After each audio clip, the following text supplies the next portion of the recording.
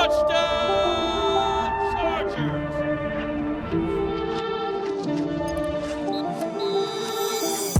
Welcome to Chargers Weekly with Jahleel Addae. I'm Matt Money Smith here at the Bolt, and Jahleel today feeling a lot different than we were last week, and I can say certainly Charger fans, just based on my interaction with them through social media, feeling a lot different. And a lot of that has to do with picking up, a guy that just won a Super Bowl that helped block for a 2,000-yard season for Saquon Barkley. And it's really just one. I mean, it's more than one player. We'll get into Mike Williams and Naquan and Deshaun and all of those guys. But it felt like the Mekhi Becton signing just immediately flipped a lot of the belly aching about when is this team going to make a move that we can get excited about in free agency. Yeah, that was definitely a splash money. And he's a guy, not only you see he's a top 10 pick in the draft, but you see just his body of work and what he did with the Eagles this year, obviously hurting his earlier part of his career, came back and bounced back with the Eagles and had a tremendous year, creating a lot of lanes for Saquon Barkley. A lot of times when you watch Saquon Barkley's film, he was hitting the second level, third level of the defense without being touched, and he was a big part of that. Yeah, and that's, if you want to dig into the advanced metrics of the Chargers last season, when you kind of look at their run efficiency rates at times, especially with JK out there, you're talking about top 10. But the one that sort of jumps out at you is that, yards before contact. And that was really low, specifically when you ran to the right side. Mm-hmm. And then you kind of think about what he was able to do with Philadelphia. And it's not a panacea. It's not like you sign Mekhi Becton and all of a sudden that number goes from 28 to 8. But if I just, close my eyes and I envision Joe Alt and Mekhi Becton and 700 pounds of guys that are 6'7" and 6'8" on that side, it certainly feels like, that's going to work. That's going to work in the run game. Yeah, you just talk about the physical numbers, right? What you just said, 6'7". These guys are monsters. It's almost like my kids were watching Space Jam last night, and that's what it looks like. These guys look like the Space Jam monsters. And when you walk off the bus, these are the first two that you want off the bus. This is an intimidating factor. We're coming in here to beat you down for 4 quarters, and not only we can do it mentally, but we're going to do it physically as well. Give us an idea, as someone who, played that box safety role that was asked to stop the run. Does the height thing affect you when you have those two towers on the same side and you're trying to identify what – now, look, Najee's a bigger back, but does that affect you at all, just the sheer size of these guys that are blocking and trying to figure out where is this running back going to be popping through the line? Right, and it's just – first of all, it's an intimidation factor, and it doesn't matter if you're in Little League or if you're in the NFL. When you see guys who are 6'7", 6'8", 300-plus pounds, and you got to go against them for 4 quarters, and you're talking about a safety who may be 5'11", 205, 6 foot, 210. Listen, the laws of physics says you're going to lose over time, right? It just is what it is. And then you ask about the size, and you ask about, hey, is it a factor when you're down in the box and you're 5 or 6 yards away from the ball? But you have to be able to find the running back. A lot of times, if these guys are not just standing straight up, we all know that, right? And they're playing with low center of gravity, low pad level, but they're still at low center of gravity, low pad level. They're still 6'3", 6'4", right? And then you have to also put in a factor of these guys are pulling, the guards are pulling, things are moving. So you don't see that running back until he gets up on your lap, and by that time it could be way too late. So listen, man, this signing was a really, really big-time signing. It was a signing that the Chargers needed, and the front office went out there and got it done. Yeah, and just to kind of build on your playing experience, because a lot of has been made about, well, you got to make sure you get the right players for this particular system. And what Coach Harbaugh has always done everywhere he's been in his career is run gap, run power, run do it. That's the style of rush attack that he has leaned into. It's the Bo Schembechler, style. Run power, man. That's what he did at Michigan, and that's what Harbaugh believes in. So share with the people, because, you look at some of the centers that came off the board before they signed Andre James, and it's Drew Dolman, who's a zone scheme center, and Bradbury, Kevin O'Connell, Kyle Shanahan, wide zone. Right. And Andre James, and you think about what McDaniels was running, was gap. And that's when he was great, and Josh Jacobs was making Pro Bowls. Mm-hmm. And that's what a lot of people are pointing to. So kind of give us an idea of why James and Becton and why that works for a gap scheme when maybe, this is the difference between gap and zone and how those things shake out. Yeah, so most of the time when you're running against a zone scheme, it's more like you have, not that these guys aren't as agile, but there's a lot of guys that they're well in space, right? They can move. They're a lot quicker. They can reach the defensive lineman. When you're talking about gap scheme, it's more so listen, we're straight. It's power. It's gap scheme. It's down, down, and around, right? It's down, down with the pull, and we're going to smash you, right? So when you talk about the way that they sign these two, these are guys who fit the system. Like you said, they're going to be more physical. It's going to be more my man, my block, right? So it's going to be a lot more, listen, whoever's in front of me is just we're mauling you. It's more maul ball versus zone scheme. When you're moving, they're all moving on one accord. And a lot of times with zone schemes, we call it elephants on parade. It's hard to get a read on if it's pass or if it's run. And coach will say, well, is it elephants on parade? Elephants on parade are usually standing a lot more higher and a lot more lateral. They're not coming towards you, right? So you know that it's a pass. So you get that advantage in the zone scheme.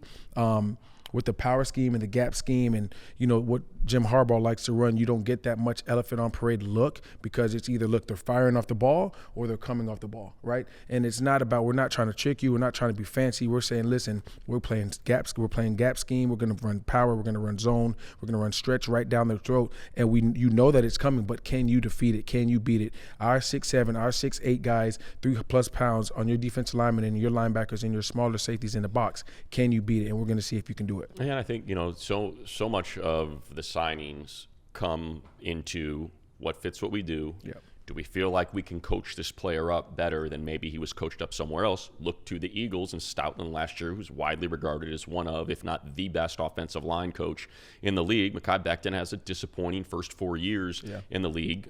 Dropped into that system. Well, granted, he's got Lane Johnson next to him, arguably the best right tackle in the game, and he's got Stoutland coaching him, and now he has a Pro Bowl caliber season. So I bring that up to ask about Najee Harris. And Najee, I think he got frustrated in that last year in Pittsburgh and sort of, hey, this isn't really what I do best. I'm more of a, like you just described, power runner, gap, power, and now you're sort of asking me to do something different. So he comes back here. So give us an idea of how you think that fits now. You've got Najee, who's not the most explosive guy. He's a career 3.9 yards per carry, but you've seen him. He's a big freaking dude. Yeah, and that's what Jim Harbaugh, they want big, they want physical, and we've known that. We've talked about that last year, right? We talked about coming in, he's gonna, for 4 quarters, you're gonna get a heavyweight fight. It's not gonna be pretty. We're gonna run the ball. We're gonna run the ball, and now they're bringing in the pieces that they believe in fits their scheme the best. Listen, we're talking about a big, strong offensive line that they just packed with, and then you have Najee Harris, who's a big physical back. And I always talk about schemes because people say, well, he didn't do this and he didn't do that, and as a personal, just being in the NFL for 10 years, playing in different schemes, I know personally that, hey, some schemes fit my attributes way better than others. Right. And some people are like, well, how do you go from this team and that team and they revamp their careers? Because they're coaching or it's because of the scheme. That stuff matters. That makes or breaks somebody's career. So I think the signing of Najee Harris, he's a first and second down back. Don't get me wrong. He's not going to be your third down back. You'll probably have to find that in free agency or in the draft somewhere, however they plan to use him or use that third down back or, bring him in. But Najee's going to be a really good first and second down back for the Chargers this year. And I think his physical ability, him having a physical line in front of him, I think we'll see him almost reinvent himself as a top running back in the NFL. Yeah, you talked about Mekhi, and that was a really good offensive. Well, it was supposed to be a really good offensive line draft, and it panned out. Andre with Thomas, Wills, Becton. I can't remember who else was in that group, but you get this sort of, I don't want to say stigma because that almost makes it feel like it's negative, and I don't mean it to be that, but your draft position is attached to you everywhere you go. Forever. And so I think the idea that Najee was, one of the rare first-round running backs, the first running back taken. He comes out of Alabama following a 26-touchdown, 1,400-yard season, and everybody knew where he was going. It was just like, he's going to be a Steeler. Like, that's, you watch him play, you know what the Steelers are. That's that kind of guy. And so I go back 4 years to that draft class, and I think about how Greg Roman wants to play football, how Jim Harbaugh wants to play football, and it's like, well, yeah, that lines up. Is there anything that you've seen in his game that should dissuade you from believing that he's not that same guy from 4 years ago? Is there too much evidence on film of, like we said, the numbers are great in volume, 1,000 yards, the only back to do that 4 years in a row, but when you kind of get the wide focus a little bit, there's not a lot of explosives. The career is 3.9, which suggests with that many carries, it's one of the lower career yard averages. So kind of hot. And then I'm going to say that, but I want to put this other side out there so people don't think I'm being negative, because I'm not. I'm just asking the question. The other side is they've not been able to find a quarterback since Ben Roethlisberger. I was just going to say that. You took the words out of my mouth. Okay, so there we go. So I think so that's how you're going to read it. Yeah, that's what I'm going to look into it as. It's like, okay, and we talk about defensive backs a lot, and it's like, okay, well, this guy had 5 interceptions, right, Money? But how did he get those interceptions? Did he go get them off the hash, or were they tips and overthrows and they fell into his lap? Right? And then you can look at Najee's his numbers, and you can say, well, he hasn't been explosive or hasn't been this, but watch the film. Right? Is he playing against teams that are stacking the box with 8 and 9 men? Because since Ben Roethlisberger, if you're playing the Pittsburgh Steelers, you're not worried about the explosive pass, right? You're worried about stopping the run. And you know, if we go into the game against the Steelers and we load the box and we stop the run and we use different fronts and we use different slants and we play our linebackers here and our safeties here and we're dropping, if we stop the run, we have a good chance of beating the Pittsburgh Steelers because we are not betting that the quarterback's going to beat us with his arm. Yeah. And I think that's the biggest thing with Najee and why his numbers are down. To answer your question, no, I don't think that there's been enough evidence on film to say that he's not the same running back that came out of Alabama. I think it's all about a new setting. We've seen it with J.K. J.K. got a new setting, and he flourished in it, right? I go back to me, my playing days. I've been in systems where, I struggled a year or two, and then I go to a different system, and now all of a sudden my game has revived. I'm feeling more comfortable. I got my confidence back, and that's very, very big for a professional athlete. Your confidence in knowing, hey, not only do they believe that I can do it, I believe that I can do it, and I can go out there on Sunday and put that product on the field. Yeah, and you're someone that had to deal with competition for your playing time, for your roster spot, for the depth chart, and that's the thing that I kind of take away most from the center position, because look, going into the offseason, I don't think there was any question that there was one position ahead of all others. Right. That and maybe the fans thought wide receiver, and I get that, but of course, for what this team said their identity was going to be and then what it ultimately became, I think they needed to figure out a way to establish, hey, we came in and said we were going to be the most physical team in football and that you were going to feel it after we were done with you, and by the end of the season, it's like, okay, we got to fix that center of the offensive line if that's really going to come to fruition. So I figured that would be priority one. So I look at, Mekhi Becton coming in, perfect, fits right into what the identity is, right? And then I see Andre James come in, and even though and that's the thing to remember, is that the centers that were in the free agent market weren't necessarily perfect fits for the Drew Dalmans who got the big contract. Like, it just wasn't necessarily a perfect fit. So they bring Bozeman back, who's beloved in the offensive line room. But before they did that, Joe Ortiz at the Combine talked to the media when he was off the podium, talked to the Chargers media and talked about Zion playing center. And then they go out and sign Andre James after he was cut by the Raiders after signing that 3-year, $24 million deal. They cut him because he had a bad year last year. And as I've said on previous conversations about him, it's a bad fit. It was a disaster in that town and on that organization. Anybody. But my big takeaway is it's identified. It's, hey, we're going to bring Bradley back, but we're going to try Zion at center. And we're going to sign Andre James because he's affordable, because he just got cut, and he's a perfect fit for how we want to play, because when he was blocking gap for Josh Jacobs, guy was a Pro Bowler and got himself a $30 million deal because of how well he ran. So what that says to me is the front office and the coaches have identified, we got to get this right. And this is, we're going to throw 3 different resources at it, Bozeman, James, and Zion, and may the best man come out and win. So I throw all that at you and then ask kind of, how does that make you feel in training camp? What does that do for the position and for competition and what we might be able to see at that position that, had some issues last year? Yeah, and just, you said it, Money. My whole career I battled in training camp, and it's your brothers at the end of the day, right? You're one family, and we're all pushing towards one common goal. But at the end of the day, these guys are fighting to put food on their family's plate. And competition breeds nothing but success, right? It brings the best out of every individual who's fighting for that job. And I can speak to it that you're on your game. You're going back to the hotel. You're not staying up playing with your buddies, talking on the phone late. You're studying your playbook.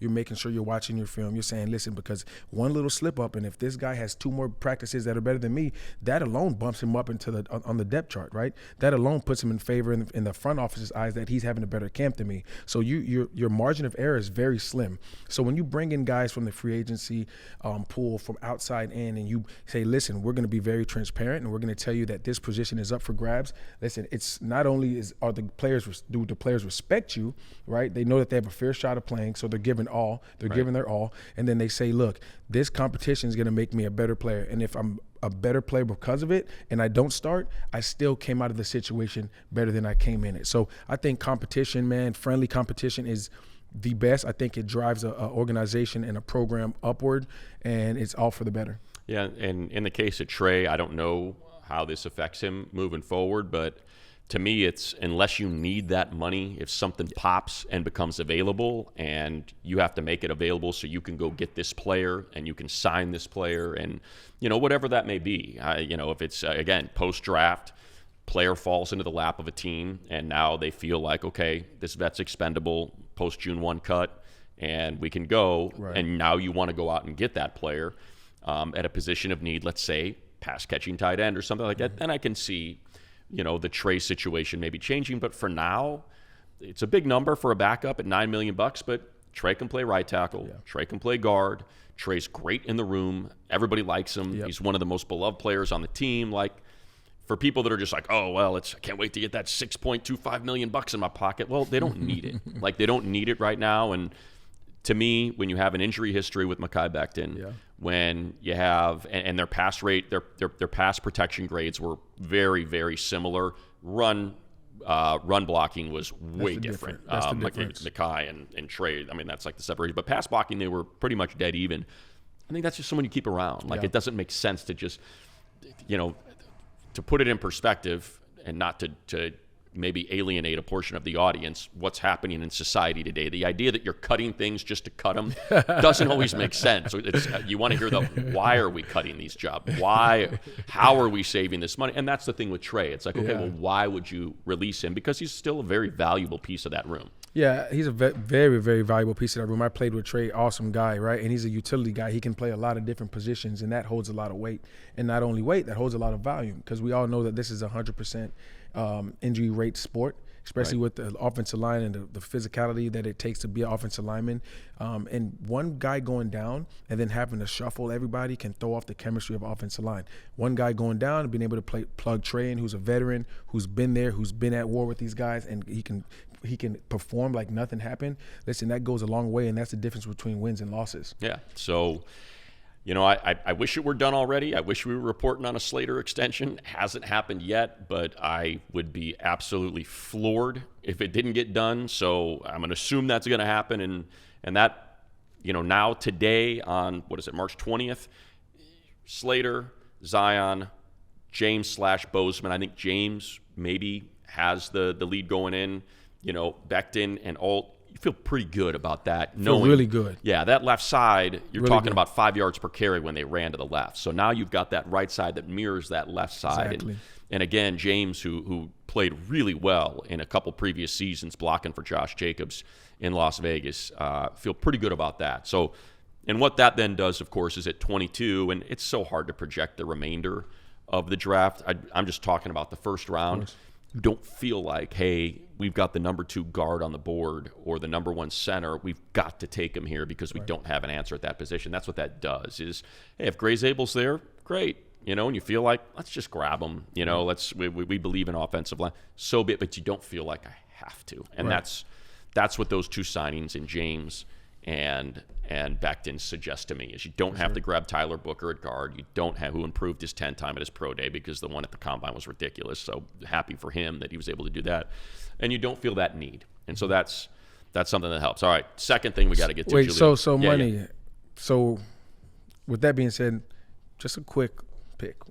At 22, what do you like to see? Well, I think it now frees you up, right? Mm-hmm. So what are the 2 needs or what are the needs that maybe haven't been filled? 1 tight end, pass-catching tight end, right? Will, awesome last year. And for people that want to see that, I view that as a positive, right? I view that as, wow, Greg Roman has always done great things with tight ends. Mm-hmm. You bring in one of the best blocking tight ends in the league, and he ends up having career highs and catches and yards after catch and touchdowns and all of that, because that's what Greg Roman can do with tight ends. So the idea of pairing him with an elite tight end like Tyler Warren or Colston Loveland, I mean, you salivate thinking about that. I mean, Tyler, but I don't know if They won't be Tyler's there. Yeah. I don't think either of them will be there. No. So that's the thing. So that's one, right? And that's something that's going to have to get figured out. I think they're still, especially with Stone Smart leaving as that project of an athletic tight end.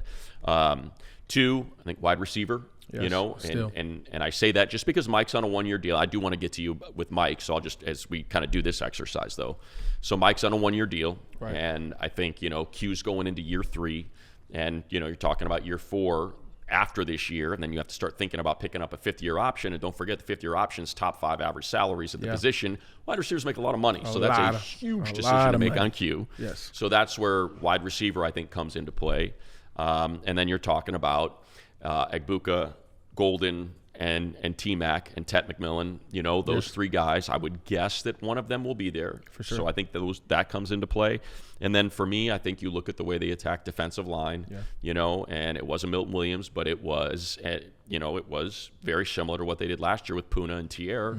It's Naquan Jones and it's Deshaun Hand, and it's like, hey, we see flashes from these guys. Mike Elston's one of the best D-line coaches in the league, and what Jesse Minter does. So I say all of that. All right, there it is. There's the backdrop. To me, I love the idea of pairing an elite player with that sort of coach, right? I love the idea of if Kenneth Grant is there, if Walter Nolan is there. Like, Nolan to me is fascinating just because he's a former #1 recruit in the nation, went to A&M, got a little weird and sideways and kind of had some issues with the coaching staff, and then they call him out for being immature and things like that.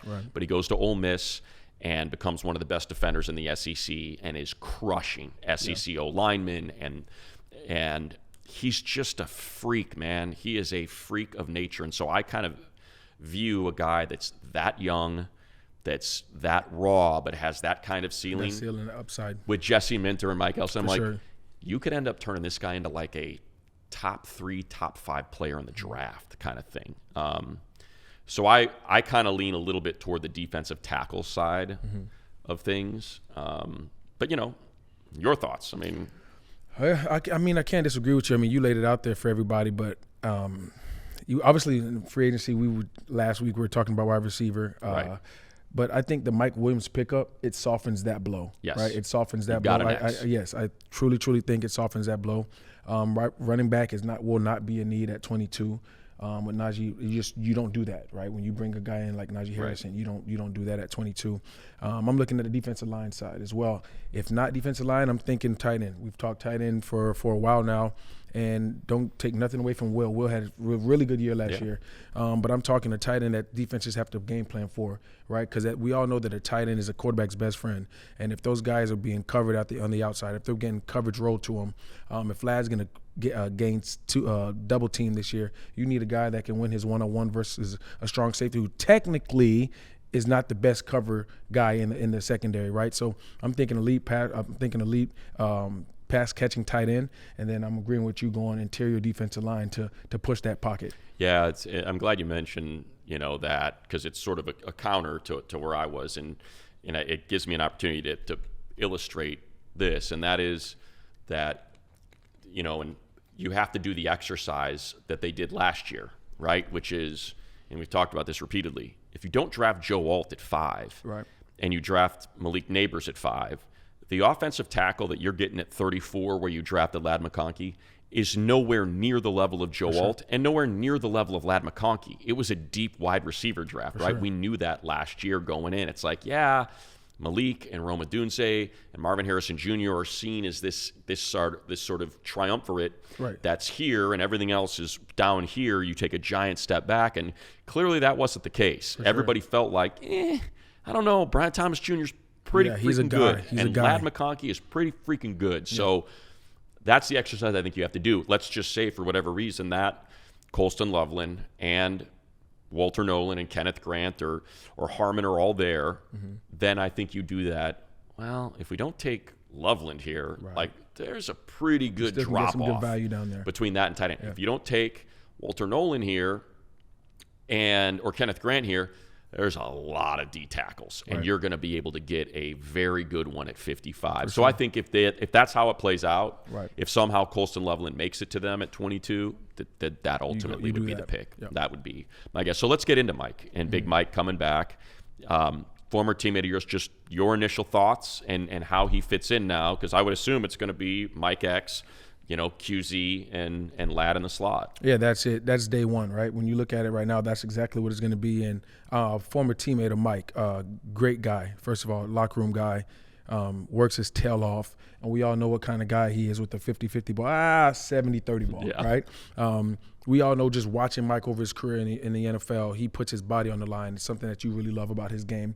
And anytime that Justin is in need, this guy is a big body on the outside that he can throw the ball up, single coverage, double coverage, and you're looking like, hey, this can actually be a completion, right? So you have that in the offense. You have some familiarity there with Justin and Mike, and I know Justin's ecstatic about it. Obviously, we talked about other receivers, DK and Devontae, and we didn't get them. But like I said previously, this softens the blow. We have a familiar face who we know who's very productive.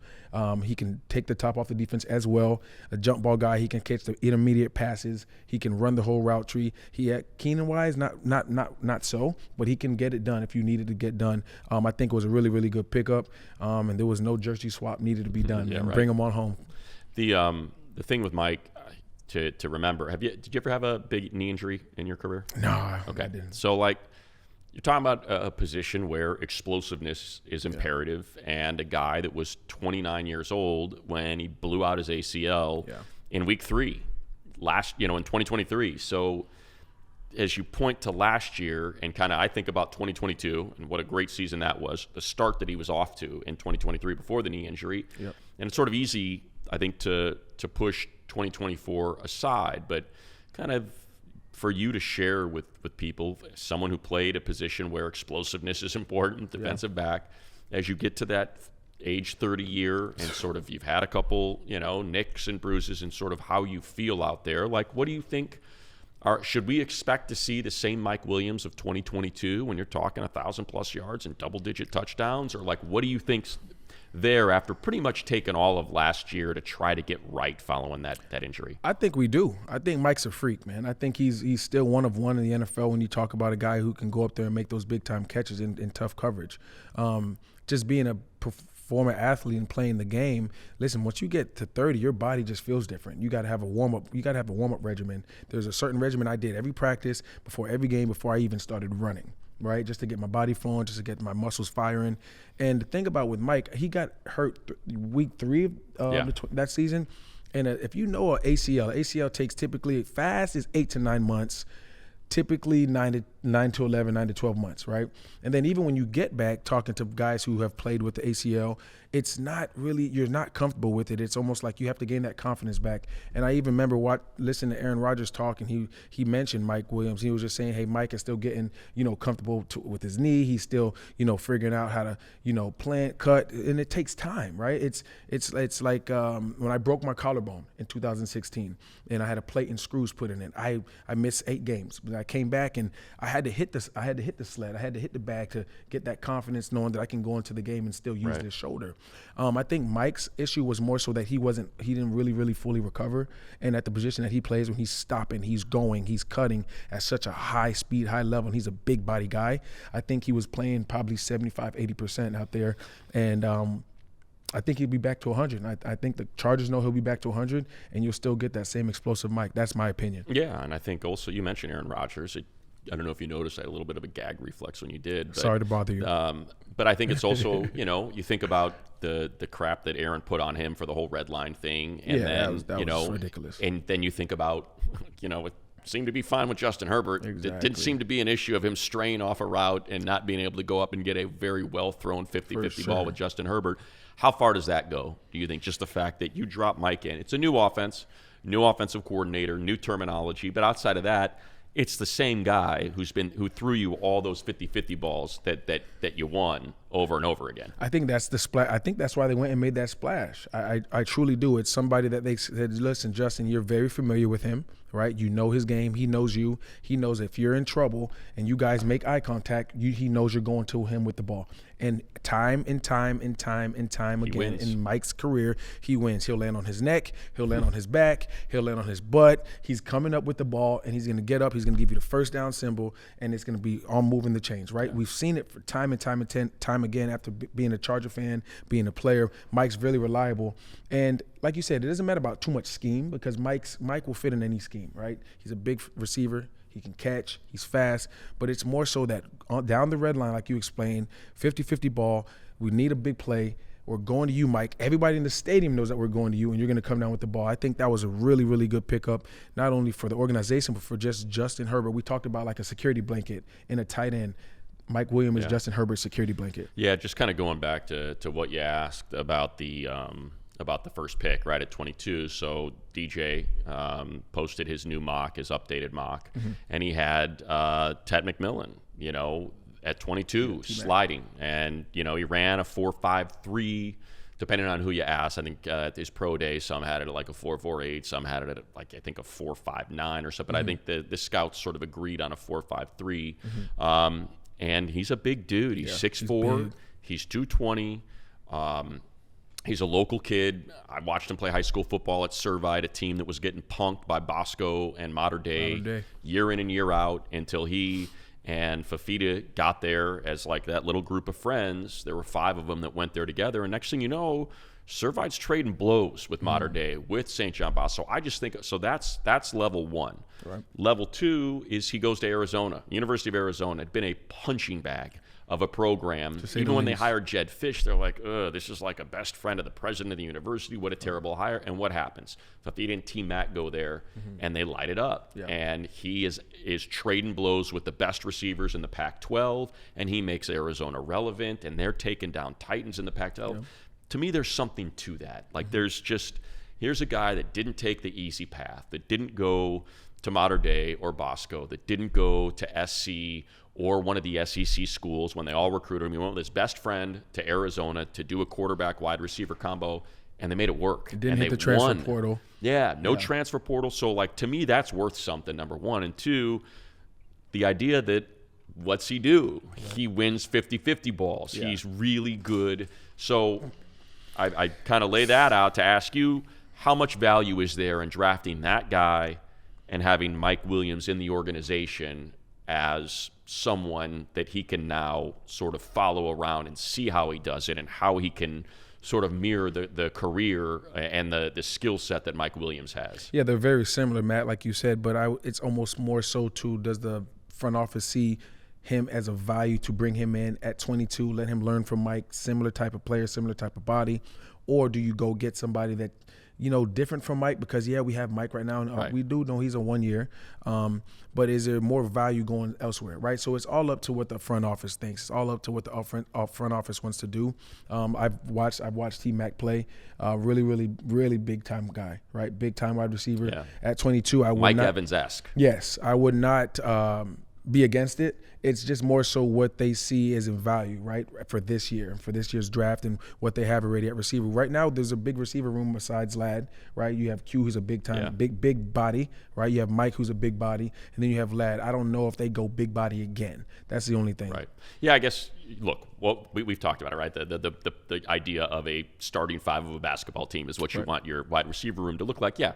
Egbuka ends up running a nice number. We know Golden ran that 4.29 at the combine. So, that probably drop that in there, and that helps a lot more. That's going to help take the top off of things and open it up for Najee and open it up in the middle for Ladd and open up those 50-50 balls to be one-on-ones with Mike Williams. I think you need a burner. So that's, and that makes sense. And plus, to be honest, I don't think there's any way he slides to 22. I just don't see it. I don't think you can have those measurables, that production, that sort of quality of an individual, character and he ends as up character sliding. So although some people are questioning his character, which I don't get, I've not heard that. Money, from the anybody. process. They got to find something. Yeah, right? It's spring, man. You know how it goes. It's the spring. All right, let's get to the position you know very well, defensive back. So very similar to sort of what they've done at other positions, right? And it's, let's find production. Let's find traits. Tarheeb was production, competitiveness, And Cam Hart was traits. Look at this guy, body beautiful. You know, let's get him with and it worked both ways with that coaching, with that room. So what do they do in free agency? Dante Jackson, production, all those interceptions, high draft pick. Benjamin St-Juste, what's he? 6'3", massive wingspan. You kind of bring those two guys in. I like both signings just because the idea of just kind of handing a starting job to two second-year guys, I'm not saying they didn't earn it. I think they played well enough to earn that, but these are two guys that you could end up seeing being the starters ahead of either of those guys if it all goes well with this coaching. And you talked about it. We talked about it earlier. It's all about competition, right? So you got two guys who came in. And obviously, they weren't first-round draft picks. So if you're a first-round draft pick and you have the productivity that they both had, they're slated at starting coming into camp. Right, but you got fifth-round draft picks who played really, really, really well, really good football. But like you said, you're not going to give the keys right over to the young guys just now. We're going to say, listen, you had a really good year. We want to make sure it wasn't a fluke. We want you to earn it. We want you to not be complacent. And we're going to bring in some veterans who have played really good ball, who are very productive, and are starters, can be a starter on any 32 of these NFL teams. And we're going to make you guys go out and battle it. And I think it will be really good for that position group, because when you look at the position group, there's not just, yes, we have two really good young corners, but there's not really just one guy who you say, listen, if you just ask anybody in the country who's going to be the number two, the 1 and 2 at the corner spot, no one really knows, right?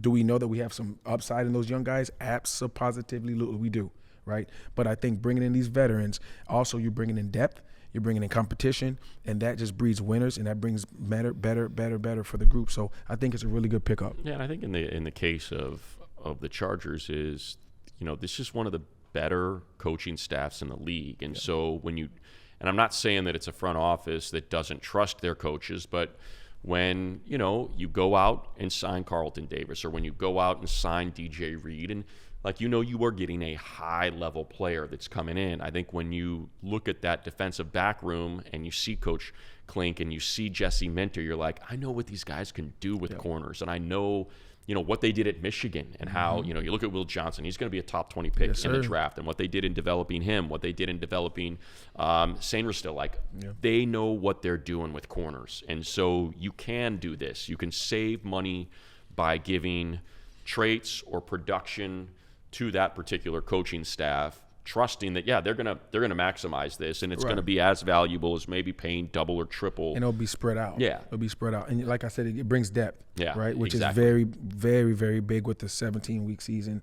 Right, so you bring depth and you bring experience. Cam Hart missed some games. It happens. It happens. Yeah. So let's see if we have anything else to kind of get to. I think we already kind of went through the draft and projecting the draft, and look, that stuff's going to change week in and week out.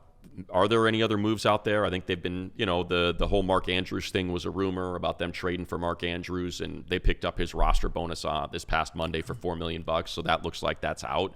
Dallas Goedert is still rumored to maybe be on the move.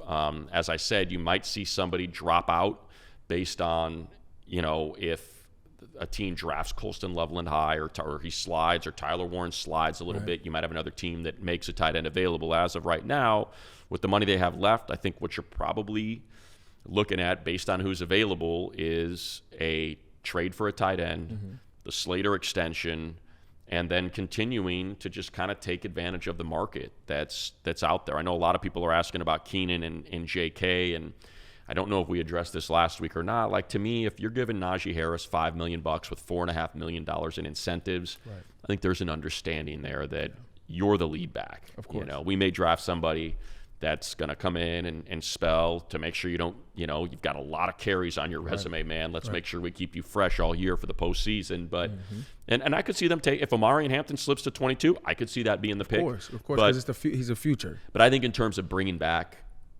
JK, I don't quite know how that would line up for what JK needs and for what they've kind of delivered to Najee. In terms of Keenan, I don't want to take any slot reps away from Ladd McConkey. That's just kind of where I'm at on that front. Yeah, and it's, everyone's been talking about it, you hear the rumors, and especially when Mike gets signed, it's like, okay, now bring his band of brothers back with him, right? Keenan Keenan will be in the slot position. That's what it's going to be. He's going to be in the slot, and that's where they have Ladd slotted. So it'd be tough, right? It's obviously we would love to have Keenan back, right? He's very, very productive still at, year 13. Had a good back end of the year with the Bears. But I think then you're you're almost putting money where we already have somebody who's very established and we feel good about. Yeah, I'm just kind of going through who's available because, it changes hourly. So when we're doing this, who could I say? Look, might they bring Asante Samuel Jr. back if he can't find a deal? Possible. I could see that. There may be some help. There's another guard out there, Tevin Jenkins. I've talked about him. You can give him an incentive-laden contract if he can't find anything. Calais Campbell is still playing at a high level, remarkably for how old he is. It doesn't make right.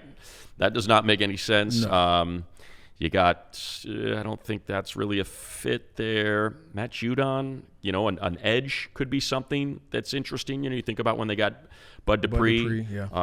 That's a possibility out there as well. So that would be sort of the things that I'd be looking at. And some of those guys may have signed by the time that this thing posts. So if that's the case, sorry, didn't mean to lead you down a road where somebody's already signed. But I think we're kind of, I think we've kind of hit everything. The big news, Mike, Andre James, Mekhi Becton, obviously the biggest one from the last week, and how that now frees them up to do sort of whatever they want at 22, whether it's a wide receiver like Egbuka, T-Mac, or Golden, whether it's a tight end if Loveland falls, whether it's one of these great interior defensive linemen, Harbaugh's former player Kenneth Grant, the guy I like an awful lot in Walter Nolan out of Ole Miss, or Derek Harmon, I know a lot of people like after he got with Dan Lanning at Oregon and kind of the way he's played at a lighter weight and a much more effective interior defensive lineman. There's so much. It's such a sweet spot there where they are, where kind of all these players, I would assume, for Joe Ortiz and his staff are going to be graded so evenly that they just probably feel pretty good about getting a guy that's going to – let's not forget, man, last year you got 2 fifth-round players that have an impact on a team that won 11 games. Your first-round pick is one of the 5 best right tackles in football already. Your second-round pick in Ladd, if there was a redraft, would probably be the 4th or 5th receiver taken instead of the 10th. Like that's dog. Yeah, that's dog. What you put. And we forget there's 2 picks in back-to-back rounds that are going to be like having extra picks this year. And Junior Colston, because he couldn't get healthy. That's true. And we know what we expect out of him. And Justin Aboigbe, who was drafted in the 4th and was said specifically, he's not going to get a lot of reps. He's got the tools. He's got the traits. It's going to be a slower process for him. And they totally believe that he's going to make an impact this year. So do you think the Denzel Perriman signing, just quickly, the Denzel Perriman signing is more so of a veteran? Obviously, Denzel's a dog still. Yeah. Forced in the middle, right? But with Junior behind him, and you would think that this would be the year that Junior's taking that step to possibly start. Yeah. Is it more so a, bringing Denzel for security? We know what we're going to get out of him and create more competition between him and Junior, or how do you see that? I look at it as, awesome in the room. Yeah. Coach on the field. Of course. Deion loves him. Yeah. And I think you got 2 young guys, one in his 3rd year, one in his 2nd, and Denzel's an incredibly positive influence on him. And in the case of Denzel, you know how it is, man. You can hear those hits in the top deck, man. I know. And so it's, hey, if we can limit it and just give him, some sprinkles when we gotta, send the big baseball bat out there to let everybody know what's going on. You get a couple of those reps, and I think that works. And I look, let it be a lesson to you, man. Whatever you do in life, whatever job you have, don't be a squeaky wheel, man. Be a positive influence, and good things happen. And I think that's the case of that. Like, if you watch the Chargers' social media, who's got the biggest smile on there, man? Mike Williams. When he was here, he was always on there, just always in a great mood, man. And same thing with Denzel, just always in a great mood. And people that are like that make you feel better and make the room better and make the vibe around. If you got someone that's coming in and they've always got that most definitely that face on them, it's like, here they come. But man, you see Mike walk in and Denzel walk in with that smile. It's like, oh yeah, we are lucky. Stay hydrated. In the words of DP, stay hydrated. Stay hydrated. So I think that goes into it a lot. So all right, is that Will? We miss anything? We got it all. All right, Will wants to get out of here. He's got lunch waiting for him downstairs. He put his order in already. So that'll do. Yeah, and by the way, Josh Palmer, congratulations to him. Awesome to see him get that kind of money. I hope nothing but success for him in Buffalo. Same thing with Stone Smart. Yeah. Former Riverside JC quarterback. Maybe going to get a little bit more opportunity there in New York. And same with Morgan Fox, one of our favorites. Gets a bunch of money in Atlanta with the Falcons. And that's one where it's like, if you were to draft Kenneth Grant and you've got Morgan Fox right next to him, like, that's what you want. Like, that's a pair of tackles that just – You got Kenneth Grant at 340 pounds taking on that double team. And then you got Morgan Fox just flying up the field. Like, that's the sort of thing that I had envisioned. But Teair Tart's back. He's that upfield get-off guy as well, so it'll still work there. But all right, that does it. Thanks, everybody. Appreciate it. Be sure to comment if you're watching this on the YouTube. Rate the podcast. We always appreciate it. We'll be back again next week, likely with even more clarity as we're coming up on just a month out. NFL Draft first round, I think, is April 24th, if I remember right. Is that right? I don't know. You're the one going to Green Bay, Will, so you figure it out, man. All right, we'll be back next week. Thanks, everybody.